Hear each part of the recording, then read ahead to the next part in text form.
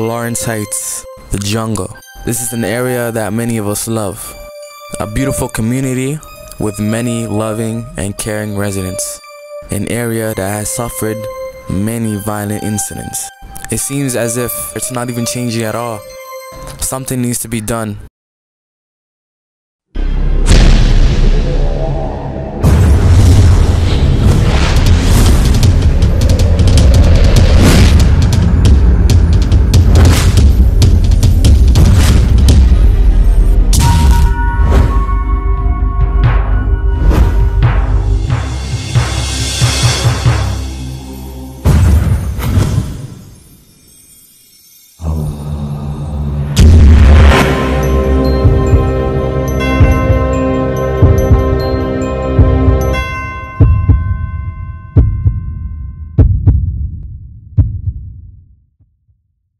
I enjoy living in this neighborhood. I think it's a fantastic community. I love it. It's my home. The majority of my life lessons that I've learned was learned from this neighborhood, and it helped me out a lot, in life as I got older. The values I learned from this community. It's a neighborhood I grew up in, a neighborhood I work in, and a neighborhood I love. Lawrence Heights is really engaged. They meet regularly and share information, but also the residents are very passionate and have a lot of energy and do things on their own, which is really exciting. It's a neighborhood, so everybody knows if somebody did get shot from around there and they live around here, there'll be a lot of support for the family and the victim. The violence is definitely increasing. Everywhere around the world, violence is increasing. There's peaks and valleys, like it goes up and down. Yeah. So you can't really say if it's really quiet or not. It has different times where violence increase, and and it has times where there's no violence at all. When I grew up here, there wasn't that many gun violence when I was growing up here. The last couple years since 2005, 2001, a lot of shooting been going on in this neighborhood. I grew up in this neighborhood for 14 years. I live in that 3 Flemington Road, apartment 205. Between 2000 to 2009. It got worse there, like a lot of people dropped. A lot of people died. There's stray bullets flying around and little innocent children are getting hurt, and I just feel this is really terrible. I remember when I was a little kid, I used to run around this neighborhood, playing basketball, playing soccer, going to the community center, having fun with my friends around the neighborhood, and my parents wasn't worried as they were worried today. Today, there has been a lot of shootings, young victims are getting killed. Several 911 calls were received by Toronto police for the sound of gunshots in the area of 41 Cater Crescent, which is in the Lawrence Heights area of Toronto. The responding officers there located 2 males who were suffering from obvious gunshot wounds. They were subsequently transported to Sunnybrook Hospital, where Mr. Malcolm succumbed to his injuries. You hear about murders like this all the time in Lawrence Heights. A new shooting, a new person has died. Sometimes they even have video evidence of the murderer, but yet these murders are unsolved. So what are the police doing? They have a tough role. Because people don't trust the police. I think what really it comes down to with the police is more about the relationship between the police and the community. They don't really care about us black people in our community because they look at us as a negative. They're always out to get us. Just years of mistrust and just bad treatment, not trusting the police not trusting the neighborhood, so hand in hand it goes both ways. On their car it says to serve and protect, but they like abandon and neglect us, you know what I mean? They should come out, help the youth. Police. I know that there is a willingness for the particular division that works in Lawrence Heights, to develop a strong relationship with the community, and there's a willingness with the community. It's just strengthening that. Usually they'll always come after the incident happened, but they're never there before the incident. When people get shot, they're around asking people questions. Did you see this? Did you see that? But before the shooting, or you'd hear they'd say, oh, we were just in the community 5 minutes before the shooting, and then, How can we work with them to look at how you can prevent those incidents? They just react to it, and they come out, they investigate, and they just do it after the fact.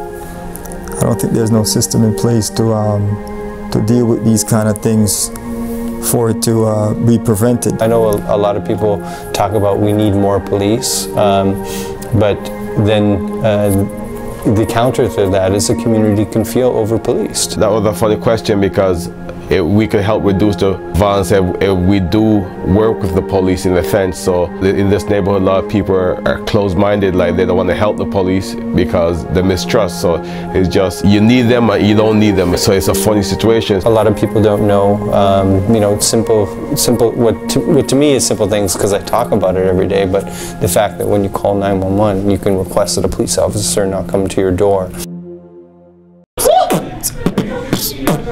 We grow up in, that's what we get into.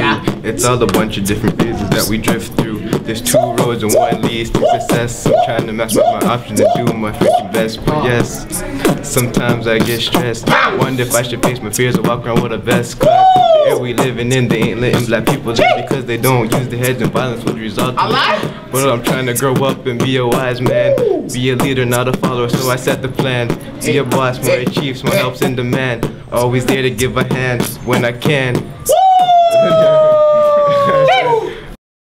So what is causing all this violence in our area? That's a question that everybody wants an answer to.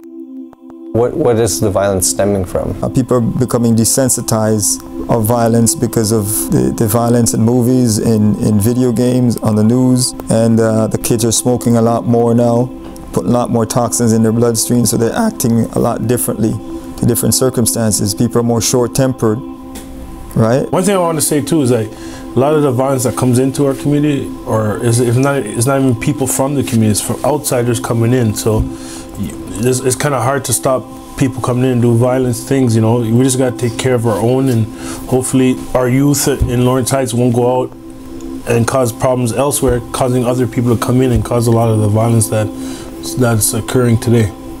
Everybody here knows everybody, grew up with them 20 years or longer. With my generation, 30 years deep. Everybody knows everybody, so majority of the violence that happens in this neighborhood is perpetrated from outsiders. A lot of these kids have a lot of free time on their hand that they just, you know, I remember growing up, it was easy to get in trouble because you had so much spare time, there was nothing to do. So you kind of like wandered until you got into trouble.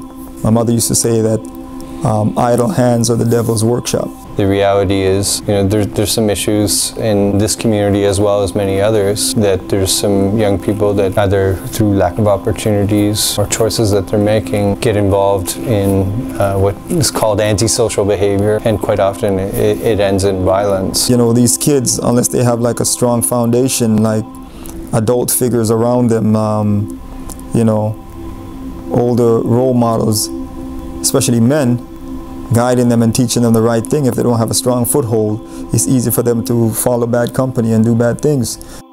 There are many other reasons why there is violence in this neighborhood, but that's not the point.